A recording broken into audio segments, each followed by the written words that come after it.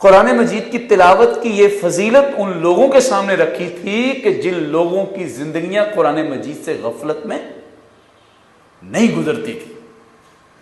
आप तसव्वुर कर सकते हैं कि किसी एक सहाबी की जिंदगी कुरान मजीद से गफलत में गुजरती होगी?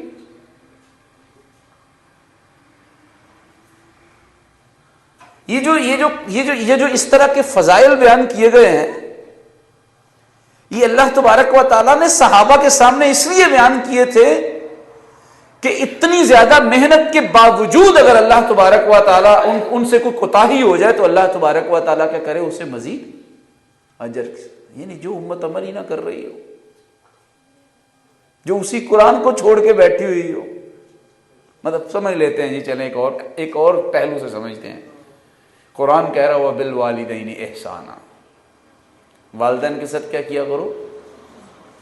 एहसान वाला रवैया किया करो, भलाई वाला रवैया किया करो। तो आप क्या समझते हैं, खुदा के नाफरमान इंसान को, खुदा के साथ ज्यादती करने वाले इंसान को इस आयत के हिस्से से पढ़ने से सवाब मिलेगा, या कुरान या हुजूर नबी करीम सल्लल्लाहु अलैहि वसल्लम की दूसरी हदीस मुतवज्जे हो जाएगी? और वो क्या होगी कि कितने कुरान को पढ़ने वाले ऐसे हैं जिन पर कुरान मजीद अपनी लानत भेज रहा होता है। कौन सी हदीस मुतवज्जे हो? कुरान मजीद की आयत पढ़ना के लानतुल्लाहि अलल काज़िबीन, झूठों पर अल्लाह की क्या होनी चाहिए? लानत होगी। क्या लानतुल्लाहि अलल काज़िबीन के एक एक हरफ पे 10 नेकियां मिलेंगी, या झूठे के ऊपर क्या हो रही होगी? उसी वक्त कुरान मजीद लौटा के क्या कर रहा होगा? लानत भेज रहा होगा। इसीलिए मेरे भाइयों और दोस्तों, क्या वजह है कि 17 दफा सूरह फातिहा को अल्लाह तबारक व तआला ने मुझे और आपको पढ़ने का क्या है, फर्ज के दर्जे में एहतमाम किया कि तुमने पढ़ना है इसको।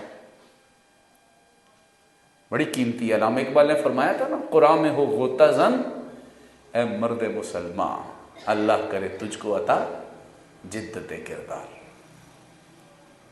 हम आप में से अक्सर लोग नहर पे नहाए हुए होंगे। इस वक्त की उम्मत मुस्लिमा गहरे पानी में उतरना ही नहीं चाहती।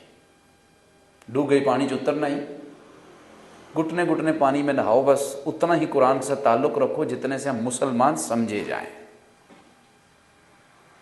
जब बस नहीं चलता, जब हमारी मुआशरे के अंदर क्रेडिबिलिटी और एतमाद ख़त्म हो रहा होता है, तो हम कुरान उठा लेते हैं। उतना ही ताल्लुक रखो जितना क्या है, अल्लाह तबारक व तआला, जितना मुआशरे में हमारी क्रेडिबिलिटी मुतासर ना हो। बस हम गहरे पानी में उतरते ही नहीं है। जिस तारू को, जिस तैराक को, जिस स्विमर को यह पता हो कि मैंने रोजाना की बुनियाद पे गहरे पानी में उतर के उस पार लगना है, रोजाना ही मुझे गहरे पानी में उतरना है, कभी दुकानदारी करते हुए मुझे गहरे पानी में उतरना है, कभी माँ और बाप का किरदार अदा करते हुए मुझे गहरे पानी में उतरना है, चैलेंज से गुजरना है, कभी उस्ताद होते हुए मुझे गहरे पानी से गुजरना, कभी हाथ में वक्त होते हुए मुझे गहरे पानी के थपेड़े खाने हैं। मुझे बताइए, जिस तैराक ने रोजाना की बुनियाद पे गहरे पानी से गुजर कर जाना हो, क्या वो अपनी सेहत का ख्याल नहीं रखेगा? क्या वो अपने बाजुओं के अंदर दमखम और टांगों में दमखम पैदा नहीं करेगा? क्या वो गलत आदतें नहीं छोड़ेगा? क्या वो गलत ताल्लुकात नहीं छोड़ेगा? उसके अंदाज ही और होंगे। जिसने 200 मीटर की और 400 मीटर की रेस दौड़नी होती है, उस प्लेयर के और उस भागने वाले के अंदाज ही और होते हैं, और जिसने पैदल चलना होता है उसके अंदाज और होते हैं।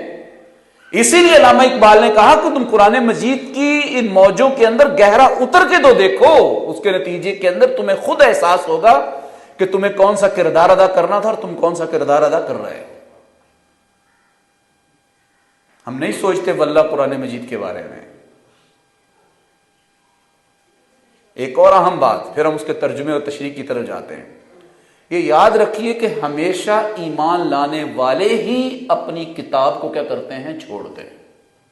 आज ईसाई दुनिया अगर इस कुरान को नहीं मानती तो उनसे कुछ शिकवा है? अल्लाह को तो शिकवा है।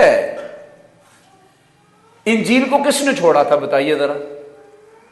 ईसाइयों ने छोड़ा था। तौरात और ज़बूर को किसने छोड़ा था?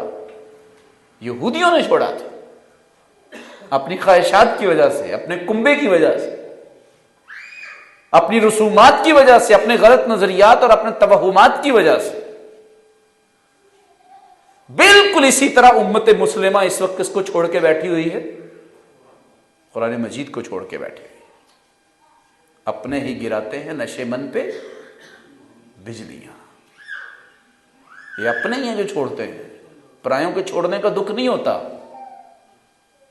इसीलिए कुरान मजीद बार बार मुझे और आपको या अय्युहल्लज़ीना आमनू कह रहा है, ईमान का वास्ता दे रहा, ईमान लाए कुछ बंदे बनो, ईमान लाए बंदे बनो। तुम